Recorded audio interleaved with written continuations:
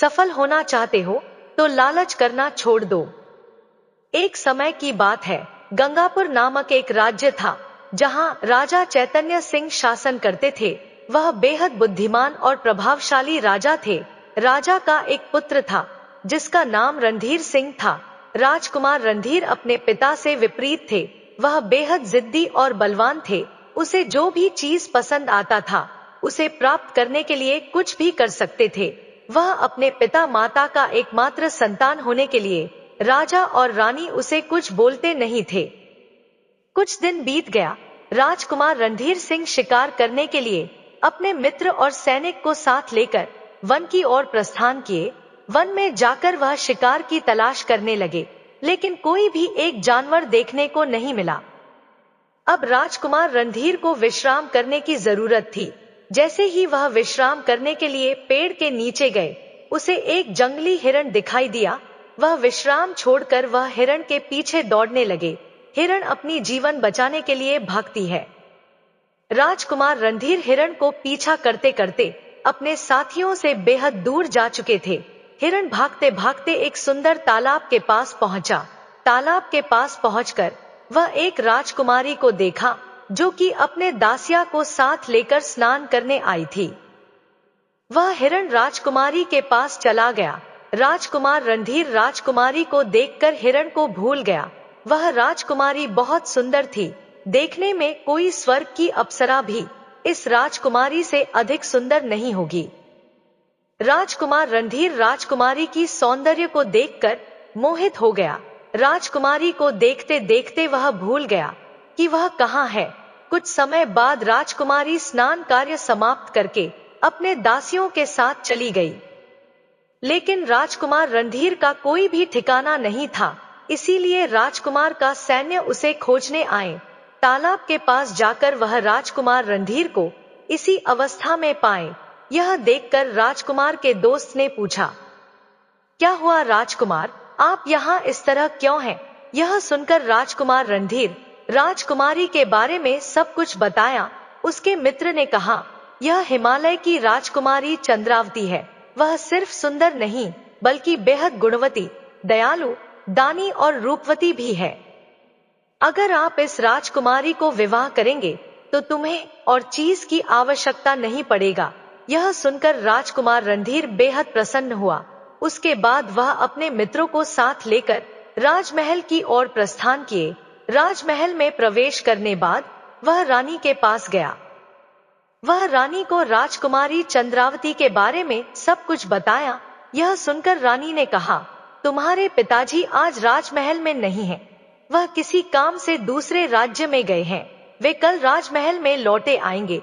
उसके बाद तुम उन्हें राजकुमारी के बारे में बताना। यह सुनकर राजकुमार रणधीर अपने कक्ष में चला आया। उसे और कुछ संतुष्ट कर नहीं पाया रहा था। वह सिर्फ राजकुमारी के बारे में ही सोचता रहता था। राजकुमार की यह दशा देखकर दासियों ने उस कक्ष में खाना ले आए, लेकिन वह भोजन राजकुमार को शांति नहीं दे पा रहा था। उन्हें सिर्फ राजकुमारी ही चाहिए था। वह रात भर सो नहीं पाया था। जैसे ही सुबह हुआ, वह स्नान आदि कार्य समाप्त करके अपने पिता की प्रतीक्षा करने लगा। राजा चैतन्य सिंह दूसरे राज्य में कार्य समाप्त करके लौट आए। राजकुमार रणधीर अपने पिता की कुशल समाचार पूछने के बजाय वह राजकुमारी चंद्रावती की बारे में बताया। यह सुनकर राजा चैतन्य सिंह खुश हुए। उन्हें लगा, अगर राजकुमार किसी राजकुमारी को पसंद किया है तो यह अवश्य खुशी की बात है। विवाह करने से शायद राजकुमार का मन परिवर्तन होगा और मैं इसे यह राज्य सौंप कर वन की ओर प्रस्थान करूंगा। राजा चैतन्य सिंह ने राजकुमार को वचन दिया कि वे उसका विवाह राजकुमारी से अवश्य करेंगे। राजा चैतन्य सिंह ने हिमालय राज्य को पत्र लिखा, जहां लिखा था, प्रिय हिमालय के राजा, मेरे पुत्र राजकुमार रणधीर एक दिन शिकार करने गए थे। वह आपकी कन्या राजकुमारी चंद्रावती को देखकर विवाह करने को इच्छा जताई है। अगर यह विवाह होगा तो दोनों राज्यों में एक गहरा संबंध स्थापित होगा। यह पत्र लेकर एक दूत राजमहल से निकला और राजा हिमालय के राज दरबार में प्रवेश किया। गंगापुर राज्य से दूत राज्य संदेश लेकर आया है।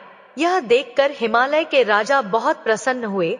वह राजदूत को आदर सत्कार अच्छे से किया, लेकिन वे पत्र पढ़कर बहुत दुख प्रकट किए, क्योंकि वे पहले से ही राजकुमारी चंद्रावती की विवाह राज्य विजयगढ़ के राजकुमार देवराज से तय कर चुके थे। वह अपने संदेश पत्र राजदूत को दिया और राजदूत संदेश लेकर अपने राज्य गंगापुर में लौट आया। संदेश देखकर राजकुमार रणधीर, राजा रानी सब दुखी हो गए। संदेश में लिखा था, महाराज, मैं आपके पत्र पाकर अत्यंत आनंदित हुआ। आपके विवाह प्रस्ताव बेहद खुशी की बात है, लेकिन मैं बेहद दुखी हूँ कि मैं आपके यह प्रस्ताव को ग्रहण नहीं कर पाऊंगा। कुछ दिन पहले मेरी कन्या राजकुमारी चंद्रावती का विवाह विजयगढ़ के राजकुमार देवराज से निश्चित किया गया है। मैं अपना वचन नहीं टाल सकता, इसलिए आप मुझे माफ कर देना। 2 दिन बाद राजकुमारी का विवाह है। आप अपने परिवार सहित इस विवाह में सम्मिलित होने के लिए निमंत्रण है। आप जरूर आइएगा। यह सुनकर राजा और रानी बहुत दुखी हुए। उन्होंने सोचा, जो हम हमारे भाग्य में नहीं है, वह कभी पूरा नहीं हो सकता। वे राजकुमार रणधीर को सांत्वना देने लगे, लेकिन राजकुमार बहुत जिद्दी थे। वह यह बात सुनकर बहुत क्रोधित हो गए। वह अपने पिता से कहा, पिताजी, मैं एक बार उस राजा के पास जाकर निश्चित हो जाऊं। राजकुमार रणधीर अपने मित्र को लेकर हिमालय राज्य की ओर चला। राज्य में पहुंचकर वह राजा से मिला। राजा राजकुमार रणधीर को देखकर प्रसन्न हुए। वे फिर से वही बात कहे जो पत्र में लिखा हुआ था। राजकुमार रणधीर ने कहा, मैं राजकुमारी से बेहद प्रेम करता हूँ, इसलिए मैं यहाँ आया हूँ। अगर आप इस विवाह को सहमति प्रदान नहीं करेंगे तो मैं राजकुमारी को बलपूर्वक यहाँ से ले जाऊंगा। इस वक्त राजकुमारी चंद्रावती वहां आई। राजकुमारी को देखकर राजकुमार रणधीर उसके पास गया और विवाह का आमंत्रण दिया, लेकिन राजकुमारी इस बात को नजरअंदाज किया, क्योंकि वह राजकुमार देवराज से प्रेम करती थी। यह बात राजकुमार रणधीर को स्वीकार नहीं था। वह अपने तलवार लेकर आया और राजा को मारने की कोशिश की। राजकुमारी चंद्रावती को भी युद्ध विद्या आती थी। वह इसी समय अपनी पिता का रक्षा करने के लिए तलवार उठाई। यह देखकर राजकुमार रणधीर आश्चर्यचकित हो गया। हिमालय राज्य में सैन्य था और राजकुमार इकलौता था, इसलिए वह परास्त हो गया। वह अपने मित्र के साथ पलायन किया। जाते वक्त कह रहा था, मैं तुम्हें नहीं छोड़ूंगा, मैं तुम्हारे राज्य और राजकुमारी को नष्ट कर दूंगा। राजकुमार रणधीर परास्त होकर एक जंगल में पहुंचा। उसके साथ उसका भी मित्र था। वह दोनों वहां राजकुमारी को बंदी बनाने का उपाय सोच रहे थे। उसके मित्र ने कहा, तुम्हारे पिता यह बात सुनकर कभी भी आक्रमण करने को नहीं चाहेंगे। अगर हम तुम्हारे राज्य में गए तो हो सकता है हमें राजकुमारी से माफी मांगनी पड़ेगी, लेकिन हमें प्रतिशोध चाहिए। मैं एक तांत्रिक को जानता हूँ जो हमारी सहायता कर सकते हैं। उस तांत्रिक के सहायता से हम हमारा प्रतिशोध ले सकते हैं।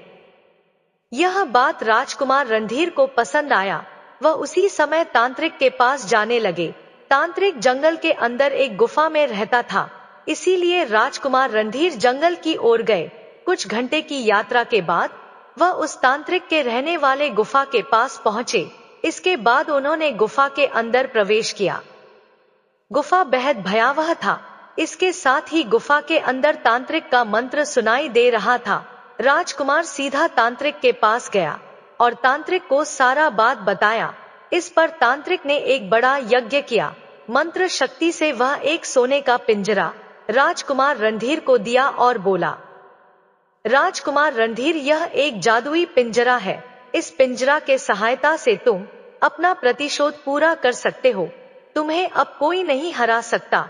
अगर प्रतिशोध लेते वक्त इस पिंजरा के अंदर किसी की मौत हो जाती है तो यह सबसे बड़ा भयानक होगा, इसीलिए तुम्हें यह ध्यान देना चाहिए। तांत्रिक को प्रणाम करके राजकुमार रणधीर और उसका मित्र हिमालय राज्य की ओर चले। वहां राजकुमारी चंद्रावती का विवाह हो रहा था। राजकुमार रणधीर और उसका मित्र हिमालय राज्य की ओर बढ़ते गए। विवाह की तैयारियां पूरी हो चुकी थी। चारों ओर खुशियों का माहौल था। राजकुमारी चंद्रावती और राजकुमार देवराज का विवाह समारोह बड़े धूमधाम से संपन्न हो रहा था। राजकुमार रणधीर गुप्त रूप से समारोह को देख रहा था और उसकी आंखों में क्रोध की ज्वाला जल रही थी। जैसे ही विवाह संपन्न हुआ और सभी मेहमान भोजन और अन्य रस्मों में व्यस्त हो गए, राजकुमार रणधीर ने अपने मित्र के साथ राजमहल के अंदर प्रवेश किया। वह जादुई पिंजरा अपने हाथ में लिए हुए था। उसके चेहरे पर क्रोध और प्रतिशोध की भावना साफ झलक रही थी। राजकुमार रणधीर ने तांत्रिक द्वारा दिए गए पिंजरे की शक्ति का उपयोग करना शुरू किया। उसने मंत्र पढ़ते हुए पिंजरे को खोला और धीरे धीरे एक गहरी भयावह शक्ति उस पिंजरे से निकलकर पूरे महल में फैलने लगी। एक काले धुएं ने पूरे माहौल को डरावना बना दिया। सभी लोग डर और घबराहट में इधर उधर भागने लगे। तभी राजकुमारी चंद्रावती और राजकुमार देवराज वहां पहुंचे। चंद्रावती ने तुरंत अपनी तलवार निकाली और रणधीर को रोकने का प्रयास किया, लेकिन जादुई पिंजरे की शक्ति के आगे उसकी तलवार बेअसर साबित हुई। राजकुमार रणधीर ने कहा, तुमने मेरे प्रेम को ठुकराया और मेरा अपमान किया। अब यह राज्य और तुम्हारा जीवन दोनों मेरे क्रोध की भेंट चढ़ जाएगा। राजकुमार रणधीर ने जैसे ही जादुई पिंजरे को सक्रिय किया, काले धुएं का गुब्बारा पूरे महल में फैल गया। सभी लोग धुएं से घबरा गए और एक अजीब सी भयावह ऊर्जा कमरे में भर गई। राजकुमारी चंद्रावती ने तुरंत अपनी तलवार निकाली और विक्रम को चुनौती देते हुए कहा, अगर तुम में साहस है तो सामने से लड़ो। इस तरह जादू का सहारा लेकर तुम कभी विजय नहीं हो सकते। राजकुमार रणधीर ने पिंजरे की शक्ति को और बढ़ाते हुए कहा, तुम समझ नहीं रही चंद्रावती, मैं तुम्हें किसी भी हाल में पाना चाहता हूँ, चाहे इसके लिए मुझे पूरी दुनिया के खिलाफ जाना पड़े। चंद्रावती ने अपनी तलवार से पिंजरे की ओर वार किया, लेकिन यह पिंजरा साधारण नहीं था। जैसे ही तलवार पिंजरे को छूती, एक तेज ध्वनि के साथ तलवार दूर जा गिरती। चंद्रावती को लगा कि इस जादुई पिंजरे को केवल शारीरिक शक्ति से नहीं, बल्कि किसी खास तरीके से ही तोड़ा जा सकता है।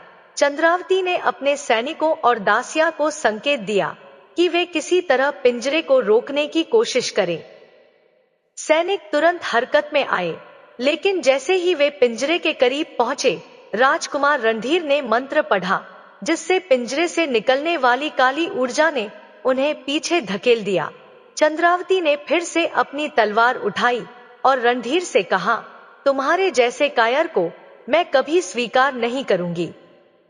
राजकुमार रणधीर ने धीरे धीरे पिंजरे को चंद्रावती के चारों ओर घुमाना शुरू कर दिया। काले धुएं ने राजकुमारी को घेर लिया और उसकी दासियां और सैनिक असहाय खड़े रहे। राजकुमार रणधीर ने जोर से कहा, अब तुम्हारे पास कोई रास्ता नहीं है चंद्रावती, यह पिंजरा तुम्हें कैद कर लेगा और कोई भी इसे तोड़ नहीं पाएगा। राजकुमारी चंद्रावती ने आखिरी प्रयास करते हुए अपनी पूरी ताकत से वार किया, लेकिन जादू ने उसे बेबस कर दिया। कुछ ही क्षणों में वह पिंजरे में बंद हो गई। राजकुमार रणधीर की आंखों में जीत की चमक थी। उसने अपने मित्र की ओर देखा और कहा, अब यह राजकुमारी मेरी है, मैं इसे अपने राज्य गंगापुर ले जाऊंगा। यह कहकर वह अपने साथ राजकुमारी चंद्रावती को बंदी बनाकर गंगापुर ले गया। राजकुमार देवराज अभी भी बेहोश पड़ थे। जब उसे होश आया तो वह राजकुमारी चंद्रावती को कहीं नहीं पाया। वह सब कुछ समझ गया। वह प्रण लिया कि राजकुमारी को सुरक्षित लेकर वही आएगा।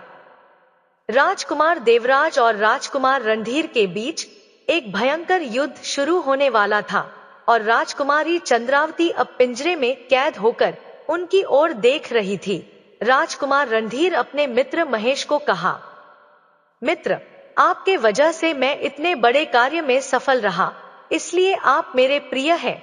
अगर तुम्हें कुछ चाहिए तो मुझसे निर्भय होकर मांग सकते हो। महेश ने कहा, नहीं मित्र, मैं सिर्फ अपना मित्र धर्म पालन किया हूँ, मुझे कुछ नहीं चाहिए, मुझे सिर्फ हमारी मित्रता की आवश्यकता है। दोनों मित्र जादुई पिंजरा को लेकर अपने राज्य गंगापुर में प्रवेश किए। वह जादुई पिंजरा लेकर राजा और रानी के पास गए। यह देखकर राजा चैतन्य सिंह आश्चर्यचकित हो गए। राजा ने कहा, तुम यह क्या किया पुत्र? यह करने के लिए तुम्हें किसने कहा? राजकुमार रणधीर ने कहा, पिताजी, हिमालय के राजा बेहद घमंडी है। उसके यह पुत्री भी सबसे बड़ी घमंडी है, इसीलिए मैं इससे बंदी बना लिया। इसे अब यहीं जीवन भर के लिए रहना होगा। यह बात सुनकर रानी ने कहा, नहीं पुत्र, तुम एक राजकुमारी के साथ ऐसा नहीं कर सकते।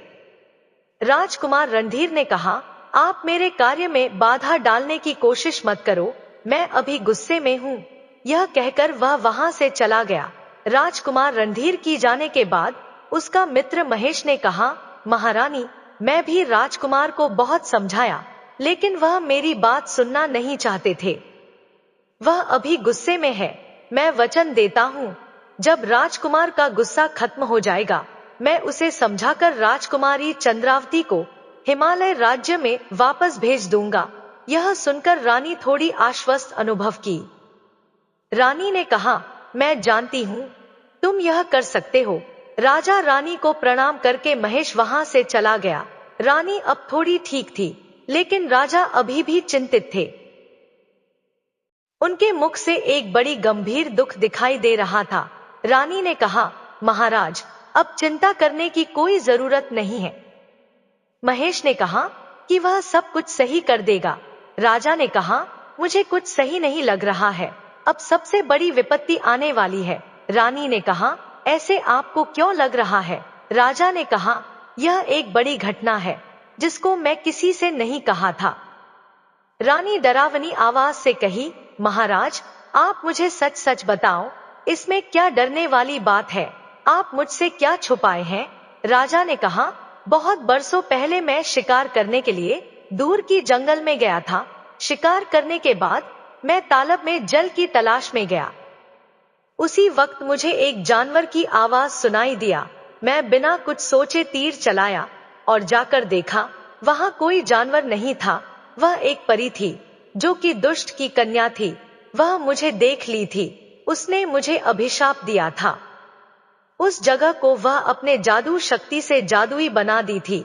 उसने कहा, तुम मुझे मारकर सही नहीं किया, इसका फल तुम्हें भुगतना पड़ेगा। इस जगह को मैं जादुई बना देती हूँ। इस जगह में तुम्हारा संतान इसी तरह किसी की धनुष बाण से मरेगा। उसका चित्कार तुम्हें अपने आंखों से आंसू नहीं, रक्त झड़ जाएगा। तुम्हारे आंखों के सामने तुम्हारा पुत्र मेरे संतान के भांति मरेगा। तुम्हारे अंतिम दिन उस दिन से शुरू होगा जब तुम मुझे फिर से देखोगे। यह कहकर वह एक सोने की पिंजरा में परिवर्तित हो गई और वहां से गायब हो गई। उस दिन से मैं निश्चिंत था, लेकिन आज मैं उस पिंजरा को देखा। मुझे लगता है वह पिंजरा साधारण नहीं है, वो वही दुष्ट परी है जो हमारे पुत्र को मारने आई है। यह सुनकर रानी रो पड़ी। अपने पुत्र की ऐसे खबर सुनकर वह भयभीत हो गए। रानी ने कहा, आप मेरे साथ अभी गुरुदेव के पास चलिए, वह अवश्य कुछ उपाय निकाल कर देंगे। यह हमारे पुत्र का जीवन और मृत्यु का सवाल है, हम देर नहीं कर सकते। रानी की यह बात राजा को सही लगा। वह रानी के साथ गुरुदेव के पास गए। गुरुदेव को राजा ने सब कुछ बताया। राजा ने एक परी की हत्या किया था। यह सुनकर गुरुदेव क्रोधित हो गए। अगर तुम किसी की हत्या किए हो तो उसका प्रायश्चित करना चाहिए था, तुम प्रायश्चित क्यों नहीं किया? राजा कांपने लगे। वह अपने गलती कबूल कर लिए। गुरुदेव ने कहा, जब तक तुम्हारे प्रायश्चित नहीं हो जाता, तुम राजा के सिंहासन पर नहीं बैठोगे। तुम्हें एक यज्ञ करना होगा, सभी प्रजा को भोजन देना होगा, ब्राह्मण को सोना दान करना होगा, भगवान को 108 पद्म पुष्प अर्पण करना होगा, तब जाकर तुम्हारा प्रायश्चित हो सकता है। राजा ने कहा, गुरुदेव, मैं यह सब कुछ करूंगा, लेकिन आप मेरे पुत्र को बचा लीजिए। कोई उपाय कीजिए जिससे यह पिंजरा गायब हो जाए। गुरुदेव ने सोचा, अगर राजकुमार मर गया तो राज्य का भविष्य क्या होगा, इसलिए वह ध्यान करने लगे। कुछ समय बाद वे डरते डरते आंख खोले और कहा, महाराज, यह कोई साधारण पिंजरा नहीं है। ये वो दुष्ट परी है जो पिंजरा बनकर आई है। वो राजकुमारी चंद्रावती भी कोई सामान्य राजकुमारी नहीं है। उसके पास एक जादुई शक्ति है जिससे वह पहचान में नहीं आ रही है। अगर इस शक्ति को वह दुष्ट परी ले गया तो राजकुमार रणधीर को कोई नहीं बचा सकता। इसमें एक और भी रहस्य है। अगर राजकुमार रणधीर उस जगह मरेगा तो वह अपने किसी विश्वास पात्र के हाथों से ही मरेगा। यह सुनकर राजा रानी रो पड़े। रानी ने कहा, गुरुदेव, अब क्या किया जाए? आप कुछ करें। गुरुदेव ने कहा, ठीक है, तुम अब जाकर परी हत्या की प्रायश्चित करो, मैं कुछ करता हूँ। गुरुदेव को प्रणाम करके राजा रानी चले गए। महल में जाकर वह प्रायश्चित की तैयारियां करने लगे। राजकुमारी चंद्रावती के पास एक खास शक्तियां हैं। यह जानकर गुरुदेव को लालच आ गया। वे राजकुमार रणधीर को बचाना छोड़कर वे शक्ति को पाने के लिए यज्ञ करने लगे। अब राजकुमारी चंद्रावती उस जादुई पिंजरे में बंदी थी। वह कोशिश कर रही थी कि कैसे भी वह पिंजरे से निकल जाए, लेकिन जादुई पिंजरा उसे बाहर निकलने नहीं देती थी। राजकुमार रणधीर उसके पास गया और कहा, राजकुमारी, तुम मुझसे विवाह कर लो, नहीं तो सारे जीवन इसी पिंजरे में बंद रहोगी। चंद्रावती ने कहा, मैं सारी जिंदगी इस पिंजरे बंदी होकर रहना पसंद करूंगी, लेकिन तुमसे विवाह कभी नहीं करूंगी। राजकुमार रणधीर को यह सुनकर बेहद गुस्सा आया। वह राजकुमारी को अपने हाथों से पकड़ा और उसे फेंक दिया। राजकुमारी चंद्रावती घायल हो गई। वह चीत्कार करने लगी। राजकुमारी को वश में करने के लिए वह उस तांत्रिक के पास चला गया जिस तांत्रिक से वह जादुई पिंजरा लाया था। राजकुमार रणधीर के जाने के बाद उसका मित्र महेश वहीं आया। वह राजकुमारी चंद्रावती को इस अवस्था में देखा। राजकुमारी की यह अवस्था देखकर वह दुखी हो गया। वह राजकुमार रणधीर का मित्र था, लेकिन वह एक अच्छा इंसान था। वह राजकुमारी के पास गया और कहा, राजकुमारी, आप चिंता ना करें, मैं कुछ उपाय अवश्य करूंगा। आपको यहाँ से मुक्त करने के लिए मैं पूरी कोशिश करूंगा। राजकुमारी को यह सुनकर थोड़ी राहत मिली। उसने कहा, आप राजकुमार रणधीर के मित्र हो, मैं आप पर कैसे विश्वास कर सकती हूँ?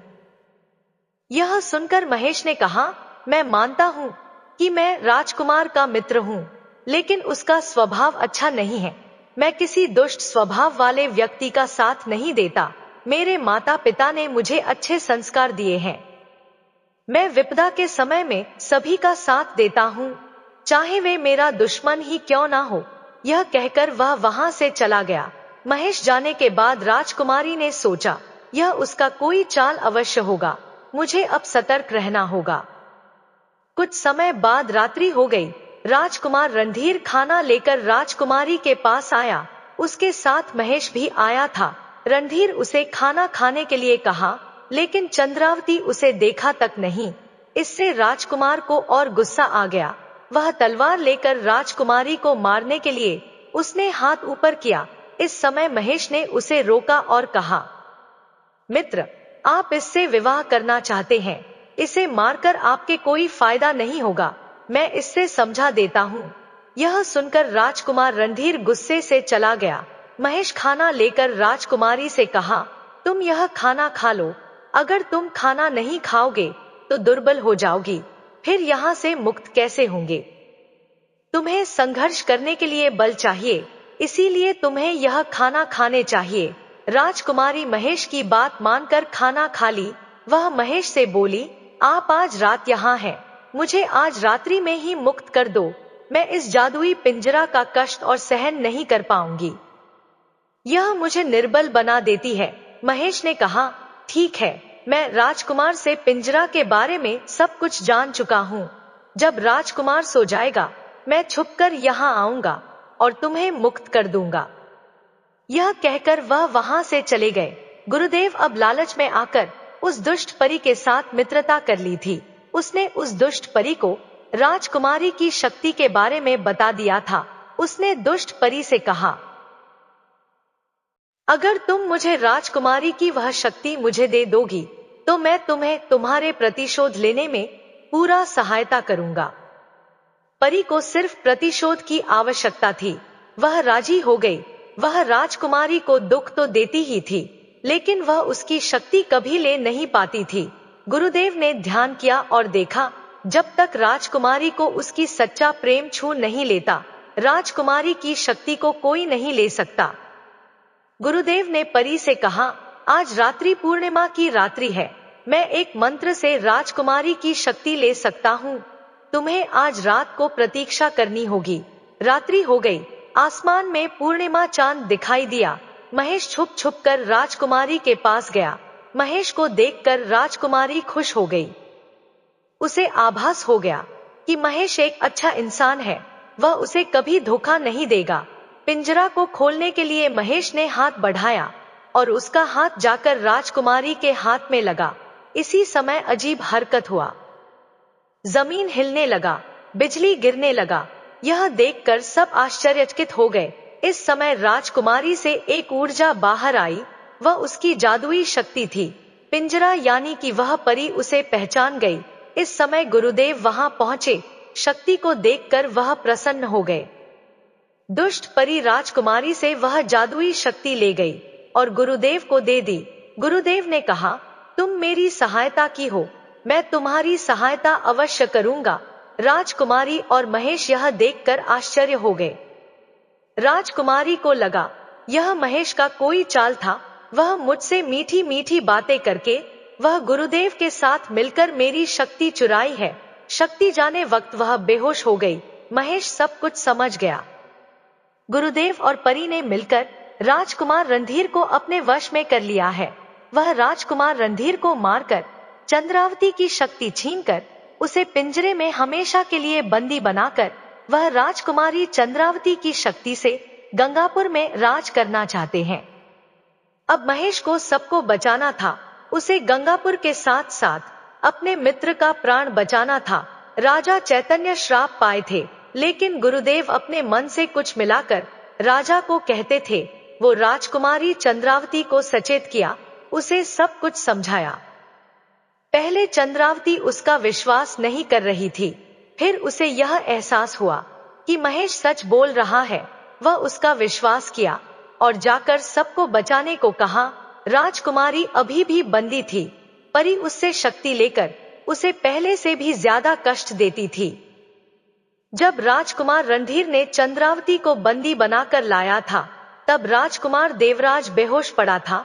जब उनको होश आया तो उसने देखा कि राजकुमारी चंद्रावती वहां नहीं है। इस पर वह समझ गया कि जरूर ही राजकुमार रणधीर ने उसे अपहरण किया है। इसके बाद उसने राजकुमार रणधीर के राज्य में राजकुमारी चंद्रावती को ढूंढने लिए चले गए। वहां से उनका राज्य बेहद दूर था, इसीलिए रास्ते में कई सारा जंगल आया, जिसमें उनका सामना कोई सारे हिंस पशु के साथ हुआ, लेकिन उन्होंने अपनी साहस को बनाए रखे। यहाँ राजकुमार रणधीर को जब राजकुमार देवराज के आने का समाचार मिला, तो उन्होंने उसे रास्ते में मारने के लिए कुछ सैनिक को लेकर जंगल की ओर निकले। तो रास्ते में दोनों की भेंट एक जादुई जंगल में हुआ। यह वही जंगल था जिसमें राजकुमार रणधीर के पिताजी को एक परी ने श्राप दिया था। जैसे ही दोनों आमने सामने हुए तो दोनों ने क्रोध में एक दूसरे पर हमला कर दिया। उनके बीच बहुत समय तक युद्ध हुआ। इस बीच युद्ध करते हुए राजकुमार देवराज ने अपनी चतुराई से राजकुमार रणधीर को उस जादुई जंगल में बंदी कर लिया। बंदी बनाने के बाद राजकुमार देवराज उस पिंजरे पास गए, लेकिन जैसे ही वे पिंजरे के पास गए तो उन्होंने देखा कि पिंजरे के अंदर राजकुमारी चंद्रावती नहीं थी। इस पर वह सोचने लगा कि आखिर राजकुमार रणधीर ने राजकुमारी को कहाँ रखा होगा। यह सोचकर वह वहां पर बैठ गया। असल में राजकुमारी को वहां से महेश छुड़ा कर ले गया था और उनको वहां छुपकर सारी बात सुनने को कहा था। राजकुमारी ने कहा, आप यह क्या कह रहे हैं? मुझे कुछ समझ में नहीं आ रहा है, ऐसे नहीं हो सकता। महेश ने कहा, पहले तुम अपने आंखों से सब कुछ देख लो, फिर मुझे कहना। कुछ समय में वहां गुरुदेव आए और बोले, अब उस राजकुमारी की कोई आवश्यकता नहीं है। देवराज उससे शक्ति छिन्न कर ले आया हूँ। तुम अब सिर्फ गंगापुर नहीं बल्कि पूरी दुनिया में राज करोगे। उस दुष्ट परी ने मुझे शक्तियां पाने में बेहद सहायता की थी। अब समय आ गया है राजकुमार रणधीर को मारकर अपना प्रतिशोध पूरा करो।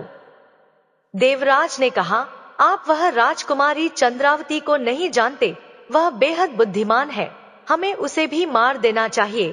पहले उस रणधीर को मारते हैं, मैं उसे जादुई जंगल में छोड़कर आया हूँ। आपके दिए गए शक्ति की वजह से मैं उसे बंदी बनाया, मैं चाहता तो राजकुमारी को वहीं बंदी बनाकर उससे शक्ति छीन लेता, लेकिन उसकी शक्ति तब प्रकट होती जब उसका प्रेमी उसे स्पर्श करे, इसलिए मैं यह सब होने दिया। यह कहकर वह दोनों दुष्ट परी के साथ जादुई जंगल की तरफ जाने लगे। अब राजकुमारी चंद्रावती के समझ में आ गया कि देवराज ही असल में दोषी है, वह उससे प्रेम सिर्फ शक्ति के लिए करता था। राजकुमारी चंद्रावती को बड़ा झटका लगा, वह बहुत रोई, लेकिन अब कोई रास्ता नहीं बचा था। उसके साथ जो हुआ उसे अब बदला नहीं जा सकता था, लेकिन अब जो होने वाला है उसे जरूर रोका जा सकता है। यह सोचकर दोनों जादुई जंगल में चले गए। जादुई जंगल में माहौल और भी डरावना हो चुका था। आसमान में काले बादल घिर आए थे, बिजली चमक रही थी और अजीब अजीब सी आवाजें गूंज रही थी। महेश और राजकुमारी चंद्रावती जंगल के अंदर छिपकर गुरुदेव, देवराज और दुष्ट परी की गतिविधियों पर नजर रख रहे थे। महेश ने धीरे से कहा, अब हमें बहुत सतर्क रहना होगा। यह जादुई जंगल हमें भ्रमित करने की कोशिश करेगा, लेकिन हमें अपने उद्देश्य पर ध्यान देना होगा। चंद्रावती ने कहा, मुझे अब समझ में आ चुका है कि राजकुमार रणधीर इस जाल में फंस चुके हैं, हमें उन्हें बचाना होगा। लेकिन गुरुदेव, देवराज और परी की शक्तियों का सामना कैसे करेंगे? महेश ने मुस्कुराते हुए कहा, याद है मैंने तुमसे कहा था कि मैं राजकुमार रणधीर से पिंजरे का रहस्य जान चुका हूँ। पिंजरा तोड़ने का एक ही तरीका है, राजकुमारी की सच्ची शक्ति का जागरण, और वह शक्ति तुम्हारे अंदर है। राजकुमारी चंद्रावती तुम्हारे साहस और बुद्धिमानी में। चंद्रावती ने गंभीरता से कहा, लेकिन मेरी शक्ति तो अब परी के पास है, उसे कैसे वापस लाया जाए? महेश ने कहा, यही तो हमारी योजना है। परी और गुरुदेव की सबसे बड़ी कमजोरी उनका लालच है। हमें उनका लालच उनके ही खिलाफ इस्तेमाल करना होगा।